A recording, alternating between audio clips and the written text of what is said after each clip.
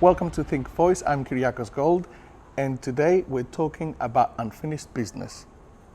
Maria, in our first episode, we spoke about the disconnect between Multicultural Australia and First Nations. And then we spoke about truth and about the questions that we can and cannot answer.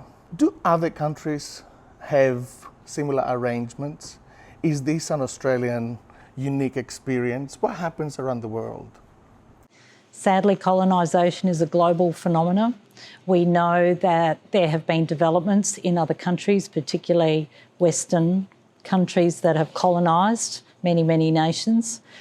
We look to Canada often as an example, but as colleagues in this room will testify, we can look beyond Eurocentric ideas of what this process will look like. There are many examples of non-European nations, of communities within colonised countries that have responded profoundly to what a treaty might look like, to what power sharing looks like, to what truth-telling looks like. So I'm really excited to explore some of those issues today. Where do you sit in this topic? I guess just following on from what Maria's just mentioned about how the experience of dispossession of the Indigenous peoples is not unrelatable for certain communities, for multicultural communities in this country. So those who've experienced what it means to suffer ethnic cleansing, to be evacuated or forced out of your home, to have been persecuted, annihilated, in many ways, when they come to Australia and they learn that this is white Australia has a black history, and that is the history, often it's a penny drop moment, because they don't know until we can educate. And this is an opportunity to make that education, to make that, to make that clear to them about the experiences that you've had have been these people's experiences for over 200 years. So there is a resonance, there is a point. I think for older generations, in the previous episode, we talked about how more established economic refugees or economic migrants don't necessarily resonate with a sense of dispossession because they've come here out of choice. They've done well for themselves. And, I've heard them saying, well, what do the Indigenous people want? Surely things are better now. And it's about saying, well, actually, no. Often the knowledge that they have about Indigenous communities is misinformation. And just the loudest voice isn't the right voice. We know that. So this is an opportunity to counter the loud voice, the misinformation, and all the negative stereotypes about, what this voice will actually mean for Australia, and provide an alternative reality. I'm a VMC commissioner, and Judy's also here with me. I think for us, for the Muslim community, we have a long history with the First Nations people, which is over 400 years. Long before the white colonization, we were here. And before your Filipinos came in, we were here as well. Especially from Indonesians, I think. I was just explaining where I came from. My mother's side is from Java, so they are from the Indonesian background. So the Indonesians were here before, and I think they assimilated. I think one of the beautiful parts about multiculturalism is the ability to assimilate into various cultures, and that's what the multicultural communities did. And that was that mixing up of the Indonesian, the Afghan communities coming, settling down here, not taking over, but living and working with them.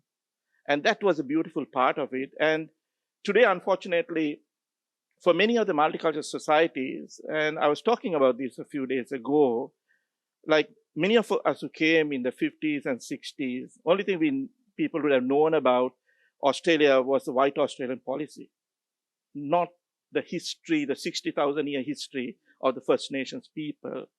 And I think, the loudest voice is our voice, I think now, with the First Nations people together, we can have that loud voice, is to talk about how best the multicultural community can work. Because I remember this comment and I keep on talking about it. The First Nations people at a conference in Canberra, Auntie Veronica said, don't walk in front of us. Don't walk behind us. Walk with us. That's the message that we as multicultural community take. And another thing I would like to say, especially for the elderly migrants who have come 30, 40, 50 years ago, we had to work with them because, as Tasneem mentioned, they've had a good life. They have built up their homes and families. They don't see that loss and yearning to have a voice. So we need to work with them, because the younger generation, I think, has gone far ahead. They have done and they are engaging. But the elderly voice has to be sort of changed to get that message. What Maria said before about looking at other countries that are non-Western. So if you look at India, there's a huge indigenous population. There's huge indigenous populations that exist there. And there's a lot of work being done to include them in everyday polity or social life or cultural. And I think we use terms like treaty, truth-telling, which is alien for people who come from countries, say global south and other countries. How do we simplify the message and talk about examples of what has happened perhaps in their countries and in other countries and use those to be able to pass on the message so that we can actually get a positive vote, because we're not sure if they understand these concepts at all. Some of them are legal and some of them are all historical.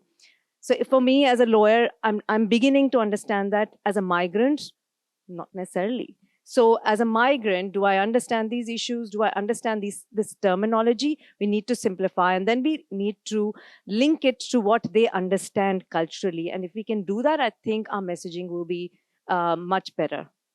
I'm a product of a post-colonial state. At independence, the previous master introduced a Westminster system to a population that probably 5 people had gone to college. So there was an agreement after they left that there had to be a way of engaging traditional people in understanding what government was all about. And there was a system that created the parliamentary system, which is part of the liberal democracy, and the traditional representative system. So that has worked for more than 50 years. When a bill is presented, it is given to the people, their representatives, and they take it back to their communities and they engage with that. And then they come back and they give it to the liberal democratic processes. They sit side by side and the voices are heard, and very loudly, and are not contrary to what our masters had said, that it should be male. It is not just male. It is about what the people consider to be the cultural representatives of the wise. And it's not about age. I come from a system where wisdom is not based on age. Wisdom is based on what the ones before us have given us. So, and it has worked. And I believe it still works.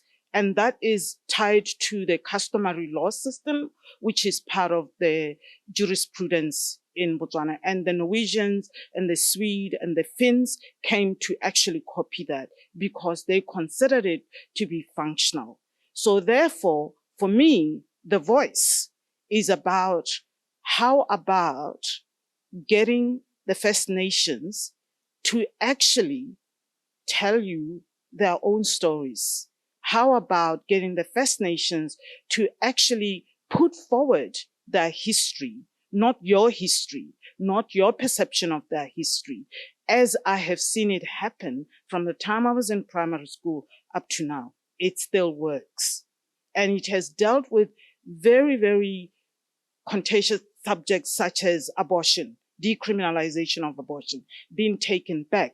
The educated parliamentarians are beholden to certain churches.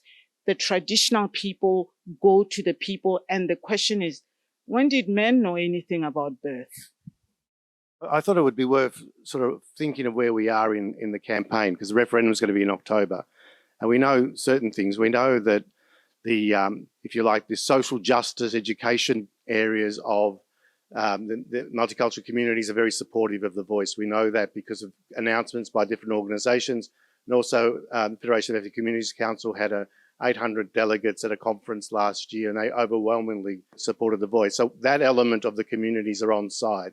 We know religious leaders are on side. We know the sporting clubs are coming on side. But and we also know, as people have already addressed, that there is sympathy amongst a lot of immigrant groups, particularly those that have experienced dispossession and colonialism towards the situation of Aboriginal people, and hence supportive of the voice. But a lot of our communities don't have context. They might be sympathetic, they might be empathetic, but they don't have context. They have no idea that Aboriginal people were excluded in the Constitution. They have no idea about the 1967 referendum. They have no idea that about Mabo, what Mabo meant. There's a whole lot of things that's been and land rights, of course. There's been a whole lot of things that have been part of a political, social, community struggle that's gone on for 250 years, but certainly since 1901 in the foundation of Australia. I think our role before October is to actually give communities that context, because I think that will bring them across. Because we know that context matters. We know from polling, I've been privy to some of the polling, that young Australians, those under 25, are overwhelmingly supportive of the voice, not beyond what anyone might expect. And it seems to me that is a consequence of they've come from a time of acknowledgement, of understanding and listening to Aboriginal history in a way that my generation didn't, and I suspect most people in this room had not experienced. So I think it's all about context. I think we've got till October, and I think we really need to put the voice into a context of what's been a really important struggle, and that ultimately it is about us joining in a journey with our Aboriginal people, and recognition that Australia doesn't have 250 years of history, but has 60,000 years of history. And that is something we all gain from. That is our victory. That is our thing. So we are allies of Aboriginal people, of our First Nation, but I think also we have a job to do, and we've only got till October to do it. So I wouldn't waste too much time worrying about, the finer points of it. Give our communities the context. I think the empathy is already there. Can I be for a minute the skeptical presenter and ask, is it just context that multicultural communities are missing? I've witnessed over the last 3 or 4 years that funding has been tied to First Nations narratives, that a lot of ethnic organizations, some of them very large, they just slapped an Aboriginal flag on their buildings.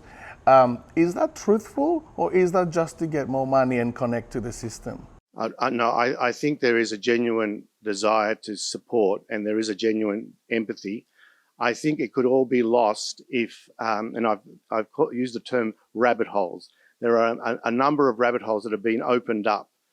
Some of which are, this is special treatment. Some of it is about, this is about extra resources. This is about taking your land. My view is, let's not even debate those questions. They are outside scope. What we're really debating is the voice to Parliament in the Constitution. We should say that it's something joyful, something to celebrate, and not waste our time worrying about whether it's scarce resources being diverted from one community to another. It's not about that. It's about a voice to Parliament, and that is pretty simple. And our Constitution, when people say we want to defend our Constitution, it means they've never read our Constitution, because our Constitution is really, at best, it's a trade document between 6 colonies about how do we trade and how do we distribute power. There is no values, and there is certainly no rights in the Australian Constitution. There have been rights interpreted by the High Court, but within the document, there is none. So there is nothing lost by putting in a few words to say we will have a voice to Parliament. And what a great way to end our second episode of Think Voice. I am Kyriakos Gold. Good night.